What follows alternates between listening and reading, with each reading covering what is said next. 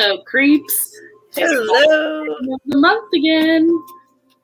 So I'm Taylor. I'm the founder and lead investigator of Class A Paranormal Team, and I'm joined with Sarah here. She is my wingman on these podcasts so far.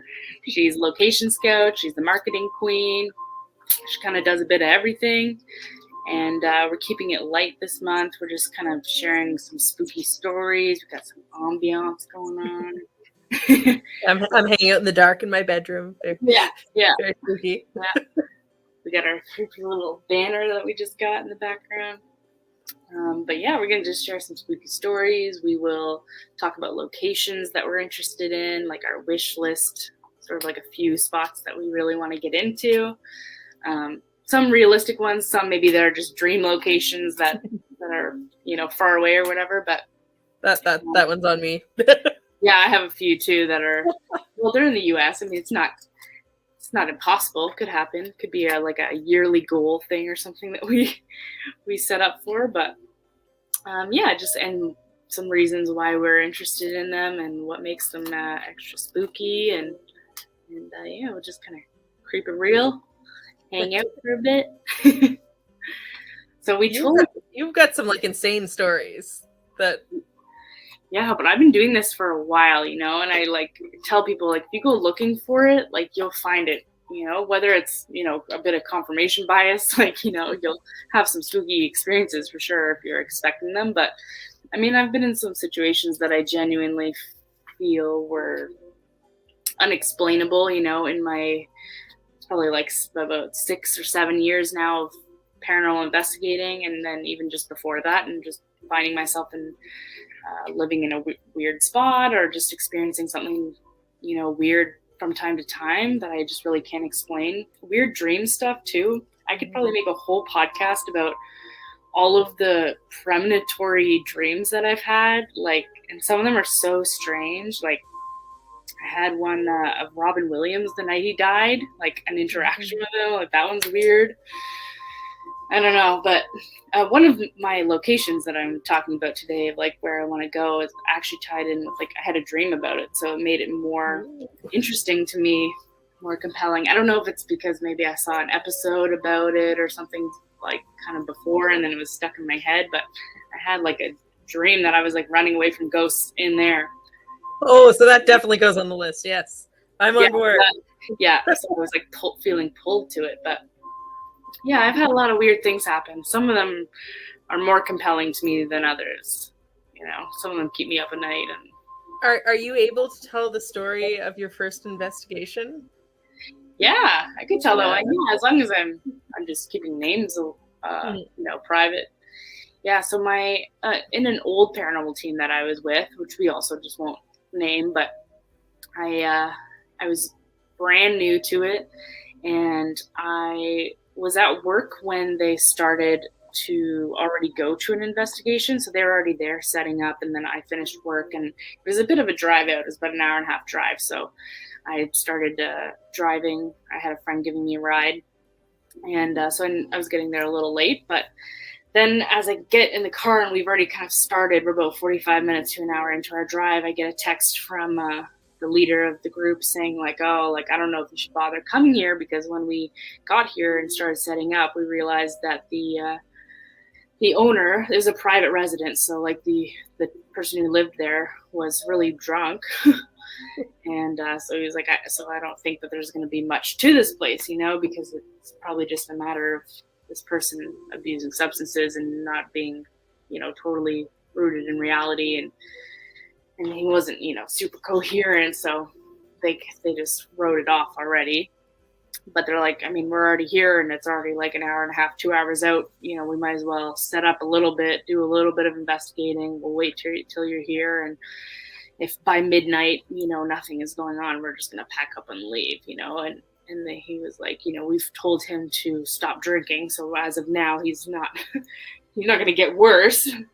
And by the time I got there, he had sobered up pretty much. And, we were trying to get some details about what was going on in the place. And he was able to explain a bit more. And we were setting up and we started. I'm sorry, I'm trying to have spooky music. There's an ad on it. yeah, we were setting up, and we started doing some light investigation, and not too much was happening. It wasn't super active at first. We had the ghost box out. We were doing some, measurements of the EMF. We had some recorder sessions. Just didn't really feel anything in the air either. It didn't feel too heavy. But I remember there was like a turning point where you could just feel a palpable difference in the atmosphere, and then things just started happening kind of one after the other. So a strange sound over here, and so we go to that room trying to figure out what's going on, and then someone feels like they get touched, and we're like, what's going on? We get more equipment out. The equipment's starting to go off now, and we're like, okay, like it feels like something's arrived. And he's freaking out, the owner. He's like, yeah, this is it every night it's like this. He's like, I'm not crazy, I swear, I'm not crazy. I drink because this place is making me feel crazy. He's like, it's not the other way around. We're like, okay, like we're here, so we might as well, we're gonna stay if things keep happening, and we believe you, we'll see. And so there's a point early on in the investigation where we did a bit of quiet time. We all split up solo in different parts of the house. And we each had like our own recorder and our own walkie-talkie and our own like EMF detector, basically. And I was sat under it was like under a staircase, almost like a little cubby. I was sat kind of across from that in a hallway. And I had my arm out with my recorder, and in my other hand beside it, everything's reversed on this camera, I had my EMF detector. It was just kind of outstretched into the foyer hallway that I was kind of sitting along. And we just sat in, pitch darkness and silence. The plan was to sit in silence for 15 minutes, and then he would walkie-talkie when it was time to start asking questions, and then we were going to take turns at all the different spots in the house that we were at, asking a few questions, and we'd kind of rotate, basically trying to form like a net that would catch anything anywhere in the house. It was a good plan. It was a good strategy. It worked well at a lot of spots. But this was my first time sitting in the dark, in a place that was supposedly haunted on purpose, with actual machines that could interact and tell me in real time if there was something there, and the machines were going off while I was sitting there. The EMF was pretty lit up quite a bit. It was sort of spiking. It would stop for like a minute or two, but then it would spike again. And I felt really, really cold. My arm was like freezing cold, and like electricity almost. Like I had goosebumps, It was like something was sitting beside me almost in the hallway. And I just remember like panic, like creeping up, like I was fighting a panic attack for a lot of it.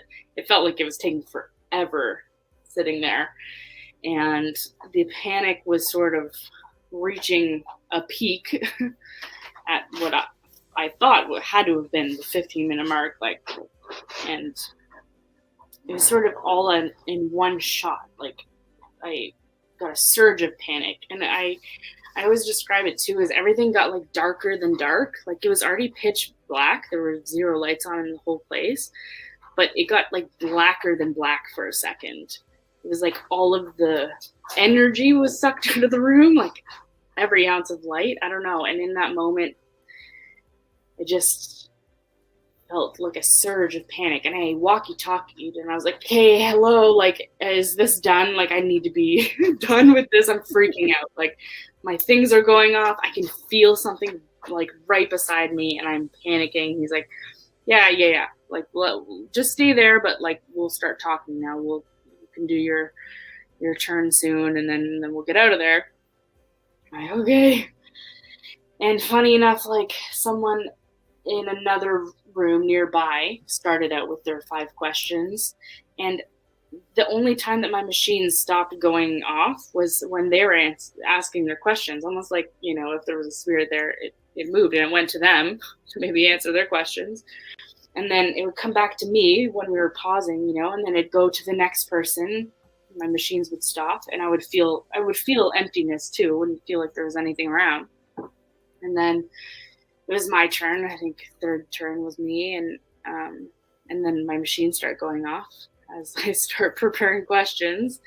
I asked regular questions like, why are you here? Like, who are you, and then the next person went after me, and I think they were slightly above me in like a little loft type of thing, with the staircase, which, was right across from me.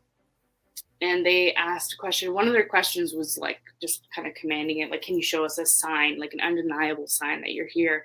Like in the moment that they asked that, there was a sound so loud, it was like a firecracker went off next to me, like near the stairs. It was like deafeningly loud.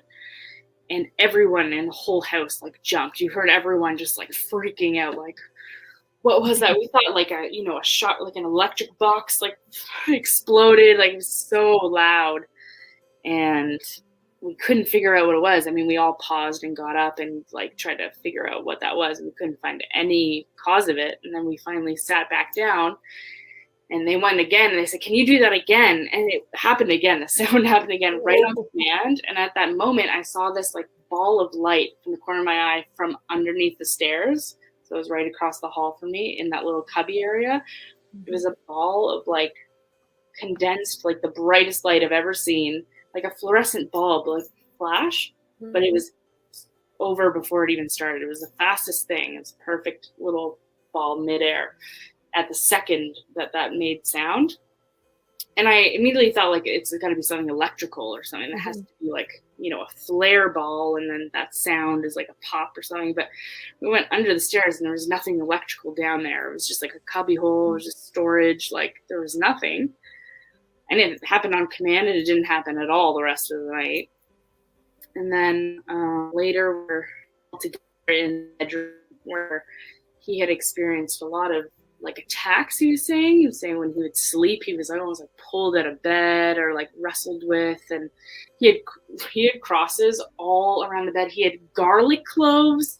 Like we thought it was kind of crazy when we got there because already he was drinking, and then he literally had cloves of garlic and like all this superstitious stuff everywhere. But he was just like desperate, he had tried everything he had ever heard of. There was salt and everything, So this bed had, things that would happen and shaking and stuff. So we were hanging out there with the ghost box, and we had it playing out loud at the time. We weren't doing the headphone thing, but we had used it for a few minutes and not gotten like too many responses. And then some of the other members were sort of distracted and talking amongst themselves. And I was just I was laying on the bed next to the ghost box, and we were basically taking like a break.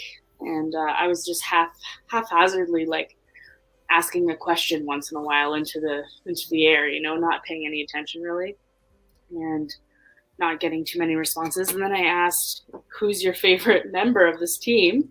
And so loud in my ear through the ghost box, I said, Taylor. Like it said my name. And everyone paused and turned around, and they were like, did I just say Taylor? And I was like, yeah, it said so clear. I think to this date, that's probably one of the clearest voices I've ever had ghost. And yeah, it was so loud. And they heard what I heard, and they didn't, I don't even know if they heard the question, honestly, because no one was paying any attention. So there was no reason for them to expect a certain answer or to be like looking for a word or anything. It was so loud and clear that it caught everyone's attention. And then, yeah, I don't know. It was just kind of an active place. It just felt active. We just kept having, sounds happening in different rooms. It felt like we were chasing this thing. We were constantly moving around like, oh, there's something upstairs. And did you hear that? And our machines were going off. And then it just stopped like that. It was like 2 or 3 a.m. and then it was like nothing. And you could feel it was kind of empty again.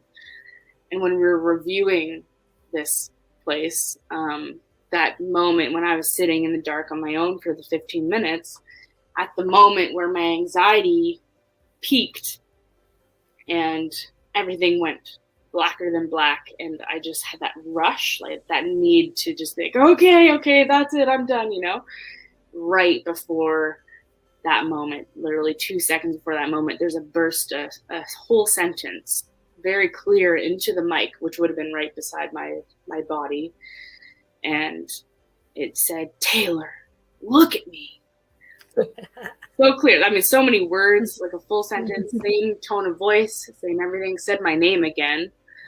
I don't know if it knew I was new, and my fear. I was just full of fear on that investigation. I was absolutely terrified, scared of the dark. I'm still kind of scared of the dark, to be honest. Like, so if it's true, that theory that spirits like feed off of fear, then it ate well that night, and it had a lot of fuel to be able to say things really clearly. Then, if that's sort of the food that gives it energy to be able to manifest things, then it would have had that sitting next to me for 15 whole minutes. While, like, I don't know if you've ever had like a panic attack, heart attack, panic attack, but like a lot of adrenaline. Like, I can only imagine what kind of energy comes off a person during a panic attack. I literally got to the hospital for panic attacks. I mean, they're just such an intense, whole body rush of emotion, and I was shaking. My heart, I could hear my heart in my ears, like it was pounding out of my chest, so that's a lot of fuel. And then just that burst, and I reacted to it, but I didn't hear it with my ears, but my body reacted to it. It said, that's it, I'm done, this is capacity now. That rush of energy of it speaking beside me was the tipping point for my nervous system. Well, that is quite the introduction to paranormal investigation. Yeah, I was shook for a while. I was like, I don't know if I can do this, That's why I was so empathetic on the investigation for you guys on your first training one, that there's just some spooky things that were happening, and whether they were paranormal or not, I know how startling it is in that first time, and like, yeah, if you need to take a break or like, whereas I'm just like, put in the death row cell. Yes. Yeah, some people are just, they're good to go, but it shakes you up a little bit, and it makes it real. Sometimes people don't understand that they might be getting something very real by doing this, and it brings you back to reality that you might actually be toying with something you don't know anything about, and you don't know how to protect yourself from at all. If spirits, it's fascinating. I like things that we don't already know a lot about, right? And there's still room to learn, which is very exciting. To me, the risk is worth how important the work is. If something happened to me, because we don't know anything about this, someone has to be researching this. Yeah. Someone has to. It's a hard job, but someone has to do it. And a lot of scientists and stuff aren't doing it, and kind of just have to. Yeah, I mean, bad things can happen. You get like attachments potentially, or you get attacked. I mean, I don't know. So you had like a really active first investigation. Yeah. Out of curiosity, what would you say your percentages of like, yes, something is happening here, really active investigations, to we're mostly just sitting around all night? Like, what's your ratio, do you think? Pretty low. I mean, I would say maybe 15% of the places that we investigated felt like there was a potentially something there, and the rest, I would say I wasn't under the impression there was anything paranormal going on, but different members have different experiences, and so there were some places where it just maybe didn't connect with me, and I just didn't experience anything, or my machinery wasn't really experiencing anything, but other people had, profound experiences at those locations. Interesting. That's lower than I expected it to be. Well, yeah. 15%, I would say 15. Yeah.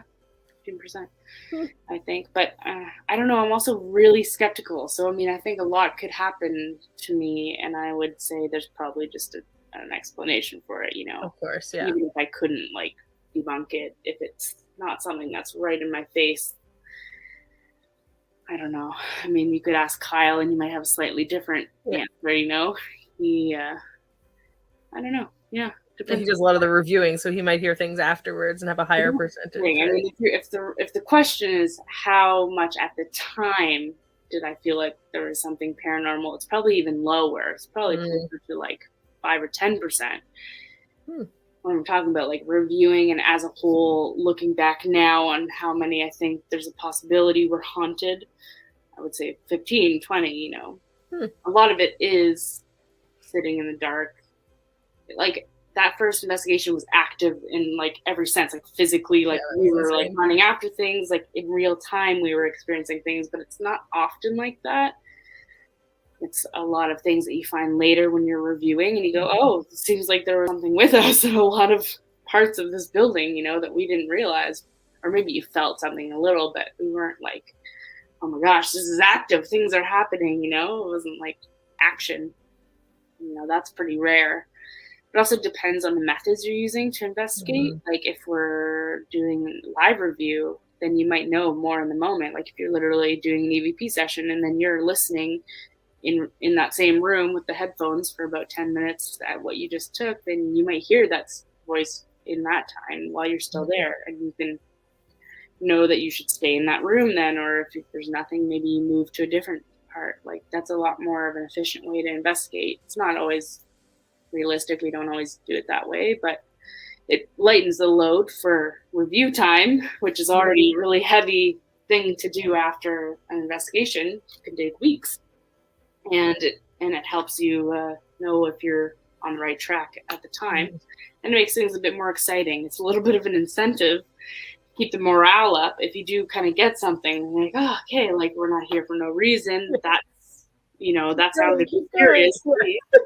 Yeah, it's nice. And interactive real-time things like the ghost box, you know, those are also things that are happening in real time that you can get the action as you go. You know, you don't review the ghost box really.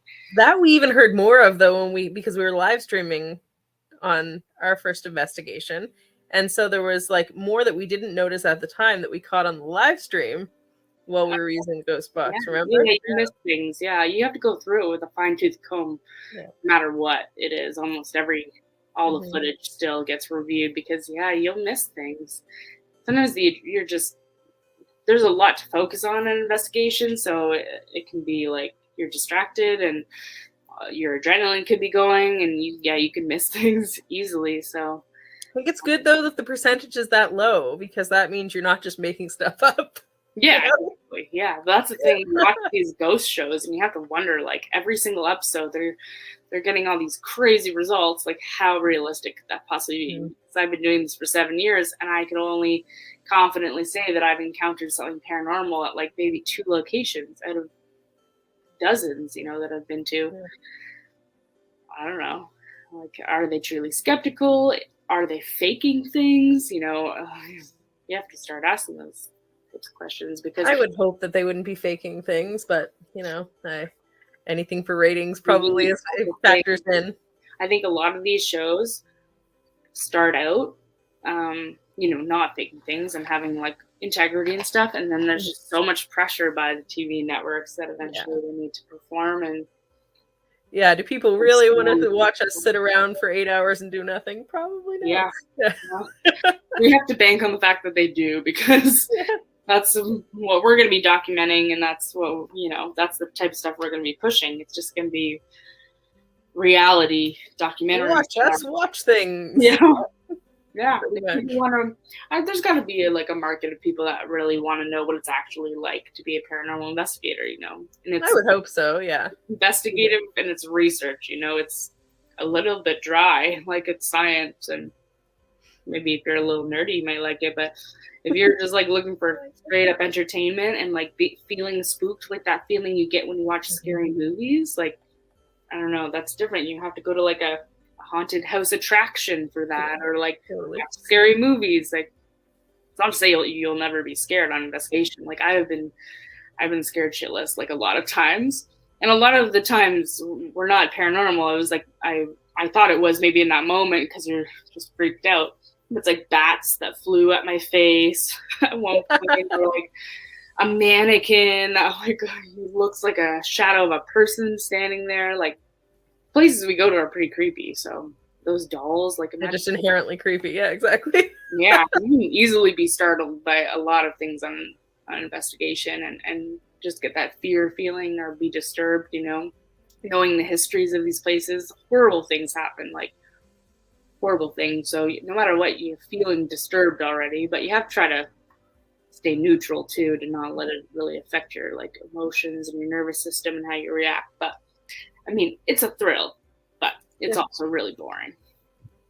That's just the reality of it. So people want to really know what it's like, then they have to be willing to accept it for everything. Through the 12 hours of nothing. Yeah. Well, they don't have to do the reviewing. I mean, that's our burden. We don't make them sit through hours and hours and hours. Like, well, we can try to like edit the parts that don't matter scientifically to make it entertaining, some intros or the history. We were talking about that recently, how we can make, when you're going over the history of a place, we could, make it a little more flashy with production value and stuff like that. Get some cool B-roll. Like there's areas in production where you can have fun with things and they don't affect the integrity of the evidence, and you're not obviously altering anything to, change the truth or anything like that, Yeah, history's entertaining too. Yeah. It is. I mean that. That sounded sarcastic, but I actually really enjoy the history of places. There you go. So we have a few members that are really into it, but it's not my thing, that's for sure. But yeah. I spent a lot of time at museums. Yeah.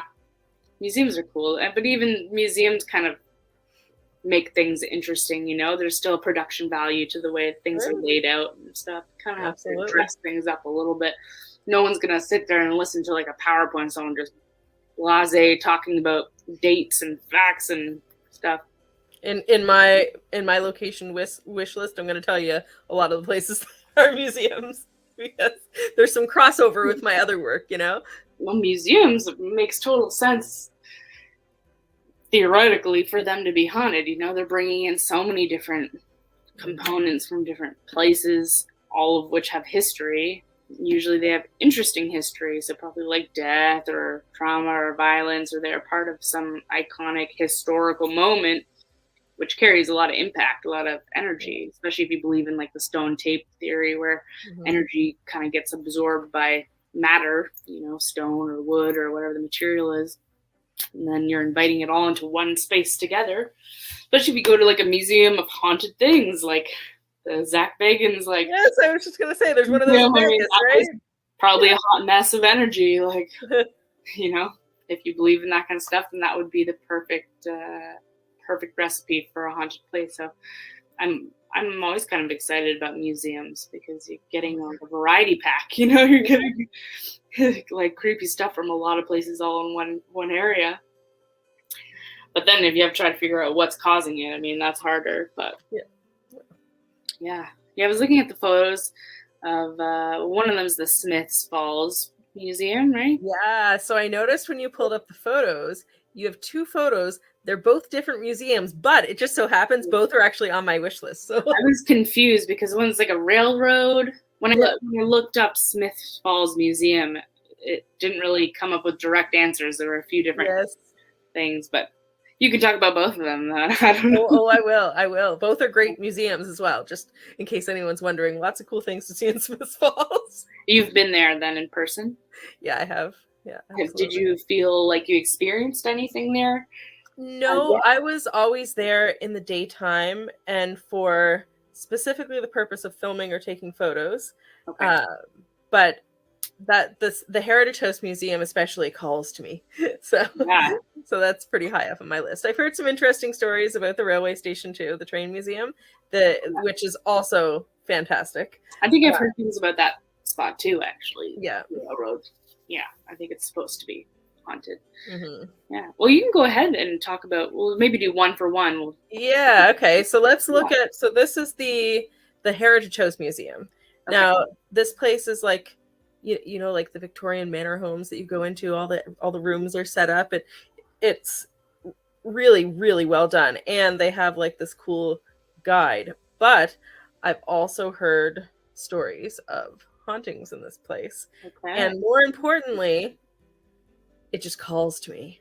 So, and it's nice and close by. It's something, this is on the very accessible end of the wish list, I think. So this is very high up on my priorities list. Sweet. I think. What are your thoughts? Well, yeah, this is part of the purpose of the podcast too, is just to kind of make loose plans for possibly our next investigation. Now we've got everyone trained basically, so we can move forward with a more serious investigation. I feel a lot better with like actually booking a place and going through with proper protocol from start to finish and getting everyone used to those types of things and going at it with the scientific method. I know a lot of people saw the live stream at the other one and were like sticklers about it, but we had to clarify that investigation wasn't a real investigation. It was a training session, and everything was very loose and loosely structured, and it was just getting everyone used to the equipment and stuff like that. It was, and that part was really just for fun. Like, we had the Boo Bear and the Ouija board there. We obviously were trying our scientific methods. We never. I should have written a caption with the live stream originally, because we never even clarified that. So people were like, "There's a dog there making sound. Everyone's just doing whatever." It's like, it was just for fun. But I want to have a real investigation so we can start talking about our wish list, and some of them may be close by or more realistic, in this area, and things that could accommodate us. And so those could we could set some loose goals to start looking into these places. So I have tons of close ones that are high up on my wish list, though from here my list gets progressively less accessible. just warning you. Okay, mine's like moderately accessible. So what would you like to talk about first? I'll talk about Kingston Pen. All right. Because that one is, it's accessible in proximity, but not super accessible, because they've been pretty stubborn about that one. I know that they do tours, but as far as investigations go, I don't think have allowed anyone to date. I think they've done a little bit of filming privileges for certain things.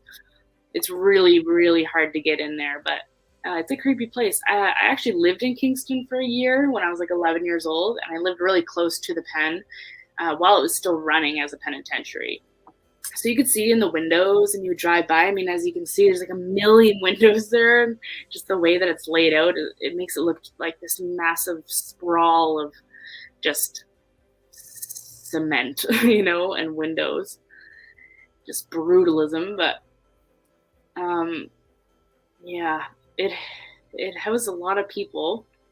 It had a lot of riots. It had a lot of criminals escape from there. It had some like cool stories, had some celebrities. It had Paul Bernardo. Had serial killer Clifford Olson was in there. A bunch of other people. Quite a few escaped somewhat successfully. I mean, they escaped for 3 months' time. They got rearrested for other crimes or got killed by the cops later on. They had children there as young as like 8 years old. They were known to beat the kids pretty badly with like whippings and stuff. 8-year-olds, 12-year-olds, women, men, anyone and everyone kind of was in that penitentiary. There was, corruption with staff that are part of the prison complex as a whole happened there. It was open for like 178 years too, which is like a good long time. Wow. And it closed in 2013, I think. So, there's suicides, there's murders, there's violence. It's a prison. It's a penitentiary, so it's a long time. That's a permanent place that you go to spend like lifetime sentences in a lot of cases. So, and a lot of paranormal claims. I don't know what they are specifically. I just know that there's a lot of lore around it, and they're just tricky to get into. I think they are kind of managed by Parks Canada, I want to say. Interesting. Maybe talk to me about this later. Yeah. We've networked a little bit with them, and Fort Wellington. I've been to, which is also Parks Canada. You try to make some friends up in the. There's a special form. Yeah. So, try to get a foot in, and maybe with time they'll loosen things up.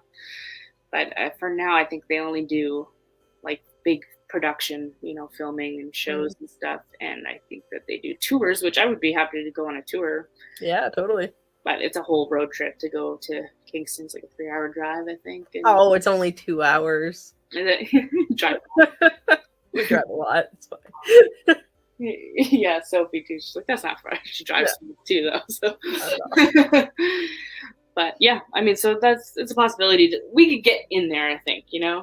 I don't know if they pat you down for recorders or how strict it is, like how we could maybe do a little half-assed thing, but that place has always looked cool to me, and I lived so close by to it that I feel like I saw like faces in the windows. Not like ghosts. I mean, I think I saw inmates. I think you could see the building when you would drive by. Like, oh my gosh. I remember that, but I was 11, so I might be twisting the memory. But I feel like I remember like driving by, and you were like, yeah, there's like people in those windows. Nice. So, yeah, that's an interesting one. What was you've got another one too? So this is the other one that's still accessible, again, in Smiths Falls, because you looked up the Smiths Falls Museum. Yeah. I wasn't specific, but both are actually on the list, so that works out well. Gotcha. So this is just the train station part of the Smiths Falls Railway Museum. It's actually the Railway Museum of Eastern Ontario. Yeah, and what you can't see is they also have a whole bunch of train cars that are accessible. Oh, so there are multiple spaces to investigate. Mm-hmm. And I don't know what the specific claims are here, but I've heard that there are some. I kind of have this thing, which I know you know, that I don't want to get like too deep into the history, because if I'm going to go there to investigate, I don't want to be biased ahead of time. So, I mean, I know there's a line, and I'm trying to find where the right spot on that line is, but I think it's mainly too like the lore that you don't want to get too into, like what the actual paranormal claims are. Exactly. So like you're not then experiencing those paranormal phenomenons subconsciously, you know, like which makes sense. You know, that power of suggestion. People have done studies on that specifically, where like they would have a group of people come into a room that wasn't haunted, but they made it look creepy rocking chair, all this stuff. They framed it as this haunted Victorian house or something, and they had them come into this room like a tour, you know, and they told this group of people like, oh, people experience like their arms getting tugged on like a little kid, you know, their elbows being touched, things like that, you know. And then they had a control group where they took them for a tour of that had nothing to do with a haunting. It was like just a tour of Victorian house or something like that. Didn't tell them anything like that. And the group that was told about the touching, like a huge percentage of them reported feeling touched on their arms and stuff, you know. And then the control group didn't experience any of that, you know. So we know that to some degree, knowing a lot of the claims could make us expect those things to happen, you know, just even on a subconscious level, even if we're skeptical. So I totally understand that. Knowing the history is a little bit different. We do need to know some of the history to know how to address, how to frame our questions, how to set up cameras, how to navigate, you know, just the context of the building itself, you know, how long it's been around, and what was it, a hospital? Was it, you know, it is such a fine line between having like not an educated guess, but having, you know, being informed enough to like do your job, but not too informed that it could make you go outside of your job and start doing the opposite of what your job is, which is just stay neutral. It's tricky. So I like the system that we have now, where you get the spoiler alert on our idea search and pick and choose what to know. And as long as some people know the basics of the history, that we can kind of reference if we need to know, like, who am I supposed to be speaking to? You know, what is the name of the spirit I'm supposed to address, or what kind of question?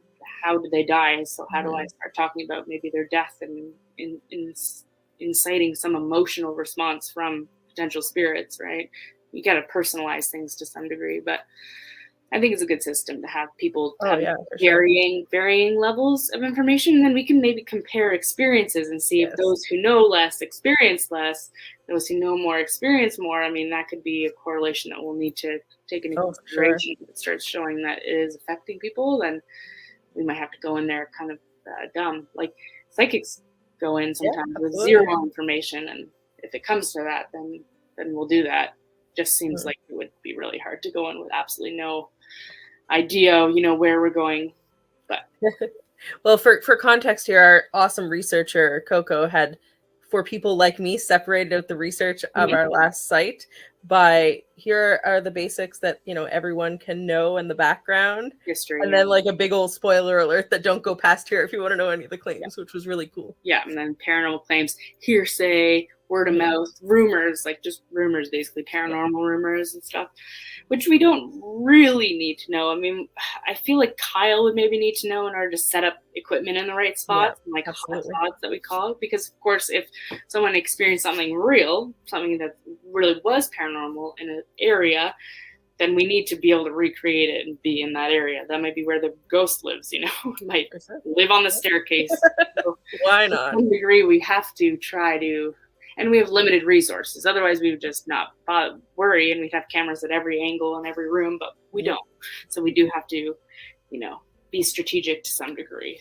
But it's a really good system. So yeah, we'll experiment and see what works best. And if it's like the less we know, the better, then the less we'll know. I'm finding the sweet spot.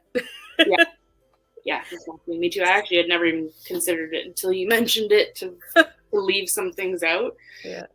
But I think it's a good approach. So yeah.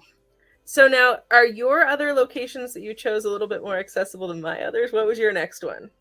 Yeah, no, this one's even less accessible, I think. I only picked 2 out.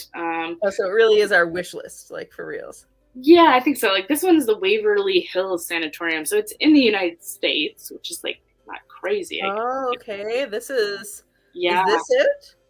Oh, because that image came up with the Kingston Pen as well. Now, I've never seen either of these places, so I'm not sure. But I think both of our images are double. So tell me about this place, though. Yes, let me make sure. This looks like it's a sanitarium. Yeah, I think that one might be the sanitarium. Yeah. So what's this place all about? Where is it? What draws you to this one? Yeah. Yeah, so I had a dream about that one.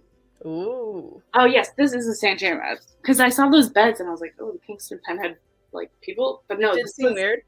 This is the Waverly Hills Sanitarium because they were tuberculosis. Yep, that makes sense. Like a hospital, but they housed, they were like a school at first, I think, and then they housed a lot of people with tuberculosis, which was like super contagious. And I mean, it's interesting because it kind of became its own like community center because of the contagion and everything. It literally started becoming like a self-sustaining community. It had its own like medical area. They raised their own livestock. Oh wow! Feed it. Like it had its own zip code. Like it was its own island almost, but not an island, and its own little world. So it was very isolated, which is kind of creepy for some reason to me. Like I don't know, like a little like, cult community. But yeah, it was a sanatorium. So. And I think it kind of freaks me out because with COVID and everything, it just kind of makes it more real. Have these like really contagious diseases, quarantine everyone in a huge old building like that, and there was a ton of death. And tuberculosis was like a horrible way to die.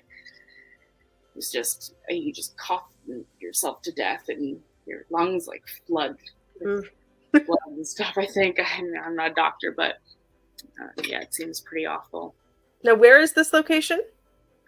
It's in the United States. Let me just get the state real quick.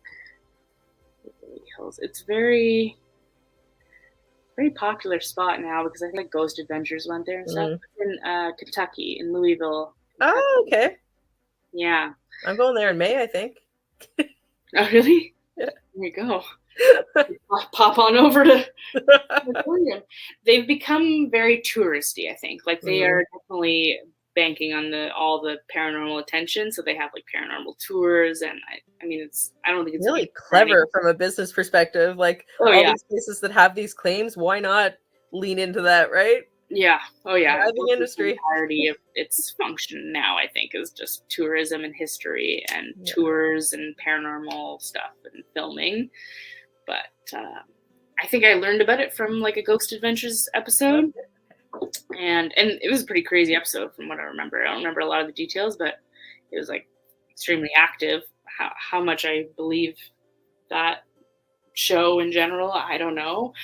To some degree, sometimes the reactions seem really authentic. Like you really can't act that scared sometimes. Like especially what's his name? Not Aaron.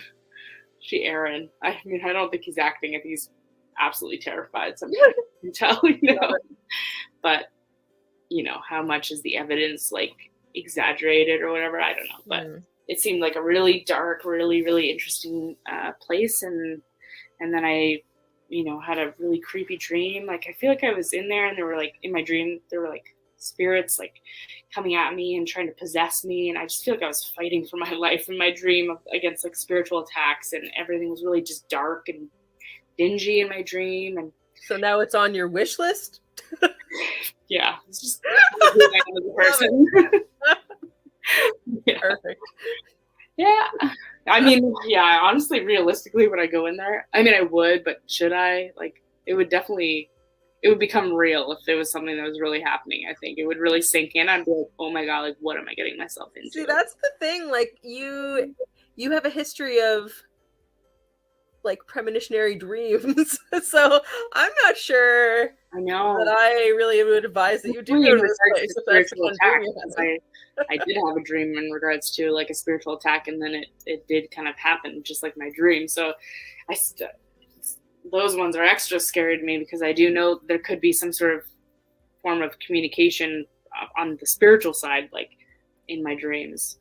But yeah, I don't know how long I would last in a place like that. I like to think that I'm like brave, but I mean, I don't really think I would make it. You already know they're coming for you, so yeah. Like I think if I was alone in there, that would be. I don't know how much I would last, but at the same time, I would just love to be in a space like that. You can't.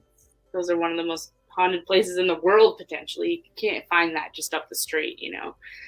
It's people from all around the world have had experiences there. It's almost like an infestation. It's hard to write off all of those claims as reasonable explanations in a place that had so much death and so much of the ingredients that could theoretically cause a haunting. You have to wonder, But I also like our most recent blog post. I don't know if you got to look at it after I just posted it yesterday, but it was like the $1 million prize in the paranormal. Oh, I didn't see that yet.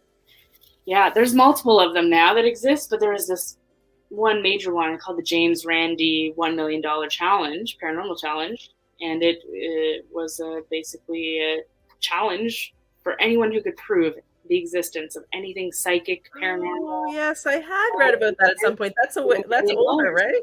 Yeah. No one has ever won that money. Mm-hmm. No one can prove it. Nothing. So over 1,000 people applied, just that one specifically. Like I said, there's other organizations who have done similar ones. There's a Quebec association, the Skeptics of Quebec, that offered 10,000 Canadian dollars. Anyone that can prove literally any kind of psychic ability, any kind of like aura, dowsing, anything pseudoscientific, basically. Interesting. So what is their what's their criteria of proof?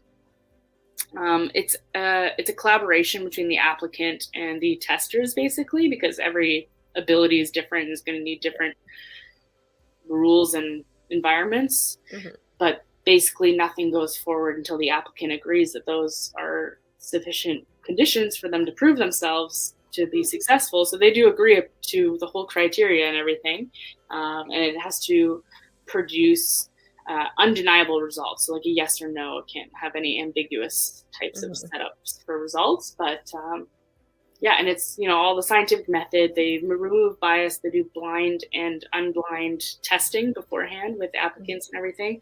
They can test and make sure that everything is kind of the way they need it to be to prove themselves. And usually in the unblind testing, they'll do it successfully, obviously, because they can, like with the dowsing, for example, they are told where the water is, and then they douse to the water and make sure that everything's working. And then when they do it blind, they move around the water pipes, and like zero success. Like absolutely no one has been able to succeed at all in any context. So it's just interesting when you've got an incentive of $1 million, I find that surprising, actually, that no one has proven anything. Well, I'm really interested to read about that, and like I'm sure they've documented all of the tries, right? Yeah, a lot of it was publicly broadcasted. Some of it was more private. They started out only taking in applicants with higher profiles, so academic backings, been published in like scientific literature, had some sort of credibility, so that they could be out like mentally ill people and like general crazies. And they got obviously some applications for that from people with careers in it and stuff, but a lot of them were chickening out. Like a lot of these professional psychics, like Sylvia Brown, for example, chickened out at the last minute. She's like a super famous psychic. They're all chickening out, and then it makes you wonder, like, well, were they worried about the reputation? Did they kind of know that they might fail and that they could lose their careers? And so they had a hard time getting enough applicants of high profile sort of career oriented people with reputations that they started opening it up to a little looser with the eligibility, and taking in people with like video auditions mostly that could kind of prove themselves on video at least. And I mean, they had over 1,000 applicants plus tons more in other contests, and no one was able to prove anything. They did like dowsing, they did remote viewing, mediumship, even like products, like weird product. Like there was a weird bracelet that someone said would like keep you balanced and like help you perform better or something like that. And so they tested that, like pseudoscientific, products. And it could have been really anything as long as it was testable. And so that's the thing with ghosts. It's like, how do you create a lab environment and have a ghost show up on command and something that you don't even know what it's made out of, right? So I mean, whether I didn't find any research on anything being tested in regards to like spirits specifically, but other than mediumship, in which no one was able to prove they could connect with anyone in any datable way, it's not to say that there isn't a dead that you can connect with, just that no one was able to connect with that world of the dead, But yeah, I don't think that you could have a paranormal experience in a lab setting, like I don't know how you would do that. We need more. We would need to know how to measure it before we could try to measure it, and we would need to know what it's made out of in order to do that. Like, yeah, absolutely, it's tricky. So I mean, it's not perfect scientific method, and by no means was James Randi a scientist or anything. He was actually just a professional skeptic. He was a magician. He was like a sleight of hand magician. So he knew how people would think to trick. He was really good at knowing manipulation tactics to trick the eye and stuff. So he was able to stop people from doing that, which is a approach. So he left them no room for excuses or trickery or anything. He really set it up very like scientific and stuff. And people. That is interesting that he was a sleight of hand magician. That's it's pretty clever, actually. Yeah. And he said he had no problem for people who like presented themselves as doing like magic like that, but when they started presenting themselves as doing like real magic and tricking people and committing fraud and stuff like that, it really made him angry. So he started this thing. He said, "Put your money where your mouth is. Like, prove it." And I don't know, but there are a lot of people that say that he obviously didn't want to give the money away, so he set it up to make it impossible to win and stuff like that. But it was pretty public. I mean, you could, like I said, it was publicly broadcast. So, I mean, you could see the criteria, and the applicant themselves agreed to the criteria. They said, yes, this is an environment which I can prove that I can do it. And then they weren't able to. So, I mean, how much can you blame it on him when all parties consented to the system? Interesting. So, I don't know. I don't even know how I got on that. Oh yeah, we're talking about locations, right? Yeah. Okay, so this is an older photo of the Drummond Hill Cemetery. Yeah. I've live streamed from here recently, so if you like go back to my page, you'll even be able to walk through and see this place. But it's pretty cool because it's part of the Niagara Falls Museum Network, and so they have like an actual museum with exhibits on various things, including the War of 1812. And then there's a couple of like smaller historic host museums that are attached to their museum network. And this cemetery, because it's also the battlefield for the Battle of Lundy's Lane. Right. So normally a cemetery wouldn't be on my list because, generally from what aren't there. Yeah, spirits don't hang out in cemeteries. It's a where you died, or if there's an object that something's attached to, but not in a graveyard, right? Right. But this is where a lot of people died. Right. So battlefield, that'll do it. Yeah. So allegedly, there are a lot of reports of people seeing apparitions there and people in soldiers' uniforms and that sort of thing. So I think like a residual haunting in a place like that. Exactly. So if I was going to go to a cemetery, just one, it would be that one. Now I've been there several times in the daytime and I love this place. I like cemeteries in general. Yeah. They just feel very peaceful. Yeah. Lots of lichens, there are lots of good things about cemeteries. And I like history, right? So it's a piece of history, even though that sounds a little bit morbid. It is. I mean, you have this record of all of these people that died in this area. But in terms of hauntings, this would be the way to go. Okay. And then you didn't have a third choice, right? No. So now we're on like my real wish list. Yeah. Which I know that like not everyone likes to drive as much as I do. But at some point, I would love it if like even a subset of us could go to Lunenburg. So Lunenburg is in Nova Scotia. Mm-hmm. We went on last year, just before Halloween. We went on a haunted Lunenburg tour. So Lunenburg Walking Tours does a ghost tour, and it's fantastic. Nice. The graveyard. We have a blog on all this too if you want to check it out. Yeah, I wrote this blog, so that's in there. And yeah, that's right. That showed up there, so it really is a wish list location. Yeah. But around every corner there was something with stories of paranormal in Lunenburg. The whole entire place. I'm not just saying that one place that I showed. That's not even the one that I wrote about. This is a completely different one. Oh, okay. So like just all of Lunenburg is full of stories. So there you could spend weeks there investigating different places. You know what that reminds me of? Niagara on the Lake. Oh yeah. That whole city, it feels like the whole city just kind of is dripping in like the spooky. I don't know if you've ever been there too, but it's creepy and the people are kind of creepy. Okay, so we have been there a couple of times recently even, and every time we drive through, the kids are like, this place looks like it's a Hallmark movie. Yeah, it's I've never gone into the stores or anything. We go to there's a National Historic Site there, so we go there to hike. And they're very about their paranormal sort of. There's like paranormal shops there, and like there's definitely a lot of history, and they acknowledge it. But yeah, the people are like creepily, like kind of like happy, like it's very Stepford Wife and like suburbia, like. It's got a really eerie feeling. It's so I was already planning on going back there this spring, so now I'm definitely going back there. Yeah, I mean, I've only been there once, but that was just my impression. I just remember stepping into it and being like, I don't know, it's such an odd place. Like, I'll turn on my GPS tracker just in case. Yeah. Lose me to Niagara on the Lake. You'll know where I was last. You can come. Yeah. You can come bring the meters and check later. Yeah. Yeah, it's just kind of known to be like a whole haunted town, you know? There's another Gananoque's like that too. With the old team that I was with, we kind of just did a whole summer of Gananoque locations, like sort of a project sort of thing that we did.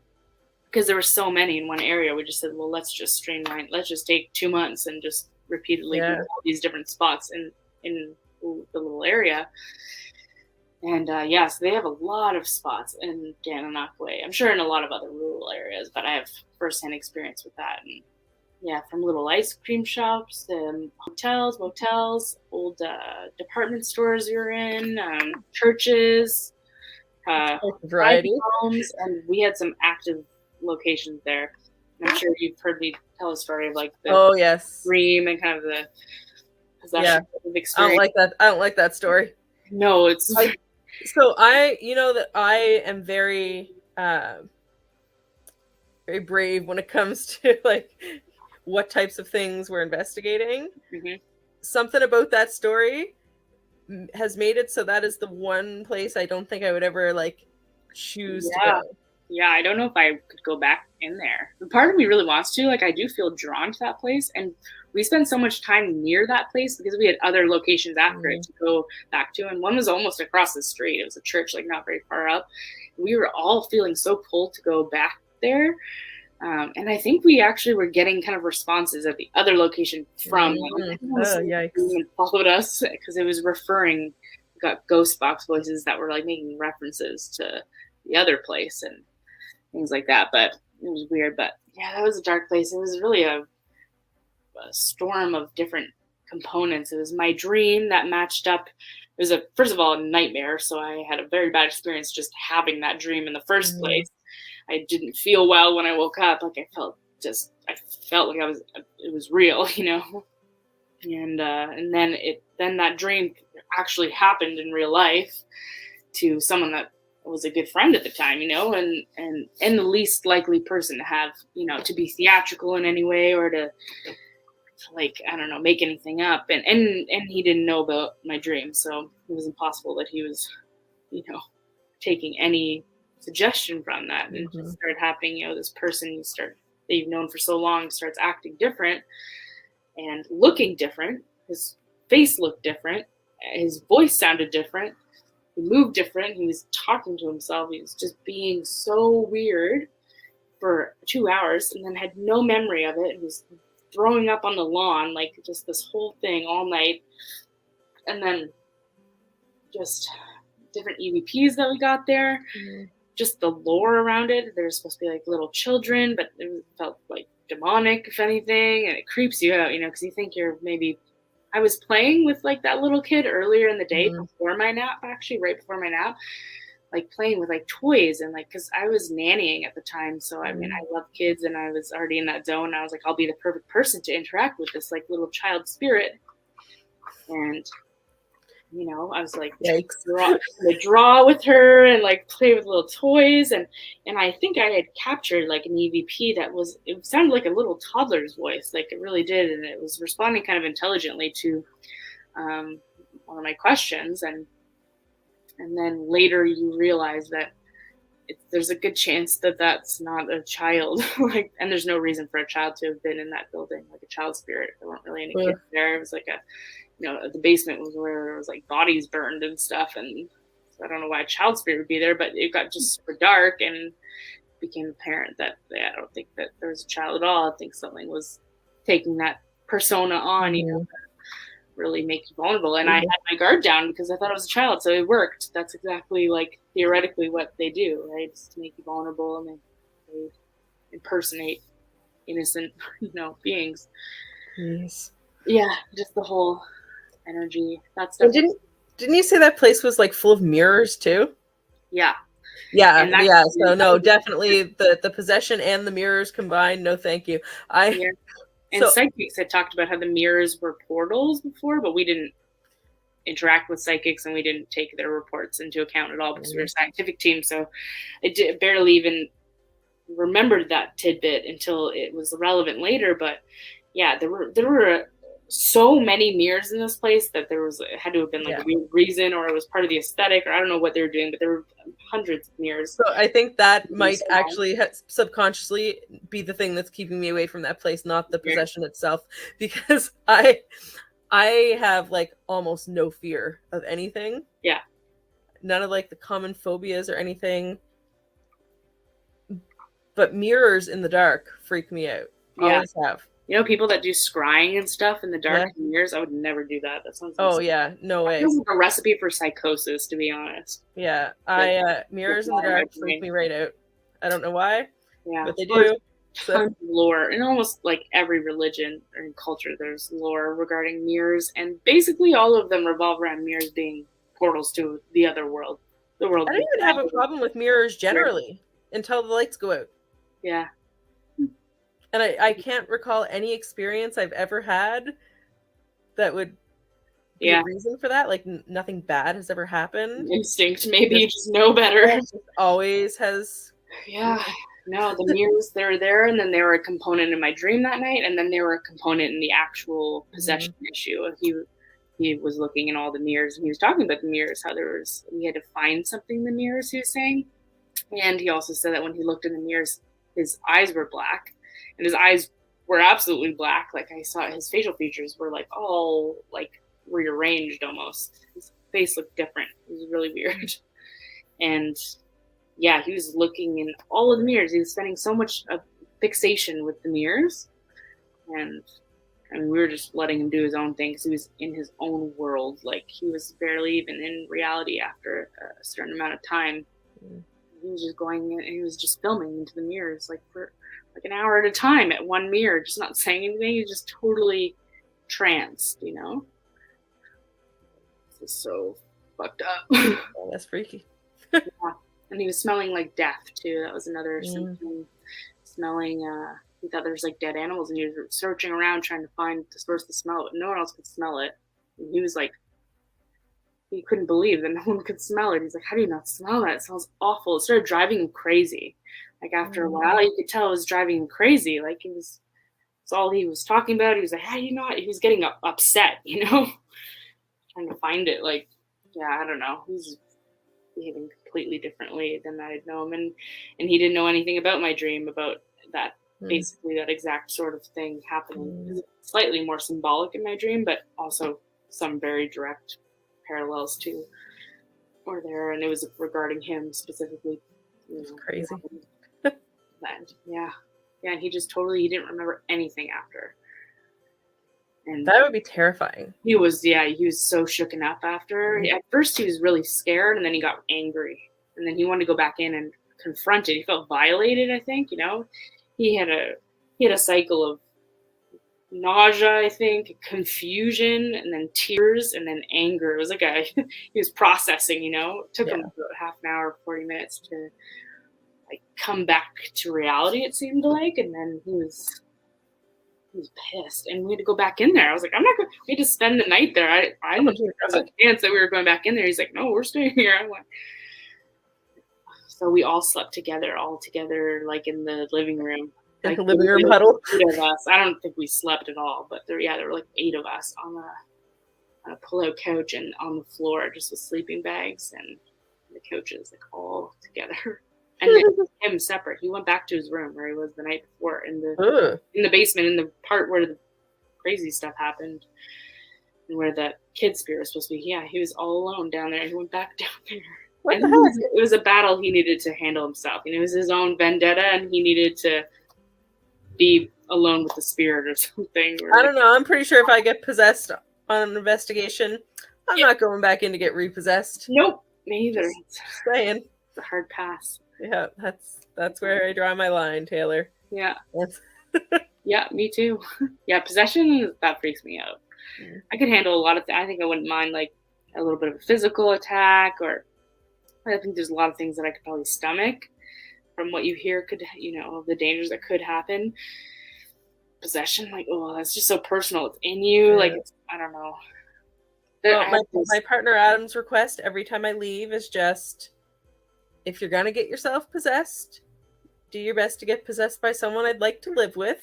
And, if we're being really specific, maybe someone who wants to do slightly less things. Yeah, someone calmer, more chill. Oh, yeah. You're going to get possessed, at least give me a break. Right? Yeah. Sometimes you just switch on and off. You can be in like a polyamorous relationship a little bit sometimes. Yeah, there you go. And then you get sick, you switch it up, get the other personality. Coexistence. Yeah. Oh, yeah. We should write that. Yeah, that's a good show. Let's do it. Yeah. Have you ever seen United States of Terra? I mean, comparing DID to a possession is completely not appropriate. It's not the same thing, but multiple personality disorder. Yes. It's I can't remember the actress's name. She's in a lot of things. She's in what's that horror movie? What's the show called? United States of Terra. All right, I'll look for it. It's great. She has multiple personalities. Some are like a hillbilly kind of man, and one's like a housewife, and oh my goodness. Toni Collette. Okay. So she's in Hereditary. That's that scary movie. Oh, okay. A lot of things, but The Sixth Sense. United States of Terror is a great show. All right. Super funny. It's kind of like dark and like disturbing at certain points. She's a great actress, but yeah, not comparing multiple personalities to possession.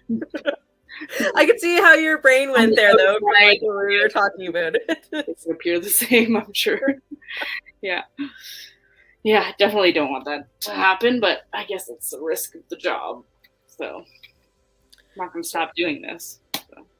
So I think that the best way to wrap this up is to ask you, what do you think of like all the places that we talked about?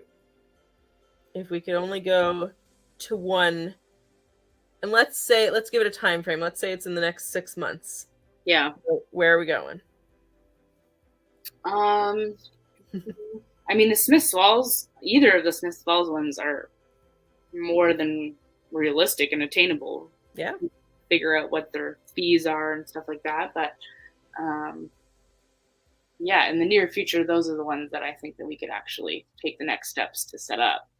All right, let's do it. Yeah, I don't think Kingston Penn or Waverly Hills is quite on the plate quite yet. And hey, I'll go anywhere. East Coast too. East Coast a little bit far, but maybe one day, hopefully. That place was beautiful. Was it the the Lunenburg? Yeah, well, that one's actually the academy, so the school there. Yeah. The other one, the Boscawen Inn, was the one that I wrote about. That place actually just sold. It went up for sale.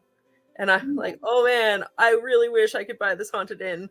But yeah, that's the dream. Cool. Well, yeah, we can take next steps for that. All right, let's do it. It's as well as it is. That's you and any other location scouts that want to get out in on it. You've got my permission to reach out, and then fantastic. See what they say.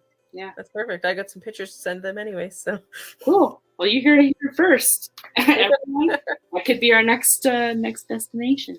Yeah, I'd be cool with that. Yeah, it looks like a cool spot. Either one of them. Yeah, they're both very interesting. Maybe the museum would be a good spot.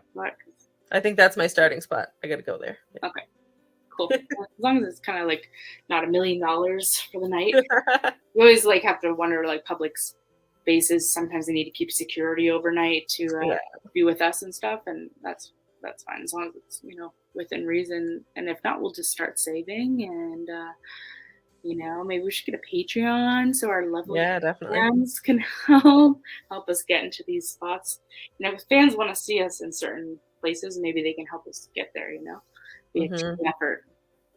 Crowdsourcing, is that what it's called? Yeah, and definitely as you're watching, if you have suggestions of places that you think that we should investigate, then do let us know. Yeah. Tell us your wish list and tell us your spooky stories, especially if they're local. Definitely. Lore. Try not to get, swayed by any of it if we go somewhere, but it's always cool to hear the ghost stories. Nice to collect it. Yeah, absolutely. Yeah, there's a lot in Ottawa. Ottawa and Kingston are some of the most haunted places in North America, apparently. Love it. And the running series because of the limestone, that there's so much limestone that's built upon. But yeah.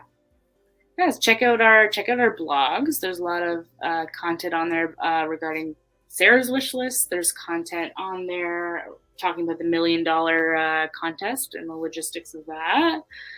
There's content on there talking about the stone tape theory and residual hauntings, like we were talking about, which might be like the battlefield where time sort of loops. We've got a lot of relevant content on there. Follow our socials. See where we're going next. Maybe Smiths Falls. This podcast is monthly, so the last Saturday of every month we will be here. We'll have guests. We will have other members, hopefully. We'll one of these times. No, stuck with me forever. Sorry. Yeah, it's gonna be good. So that's what we got going on, I'd say. Yeah. All right. See you next time. Yeah, see you next time.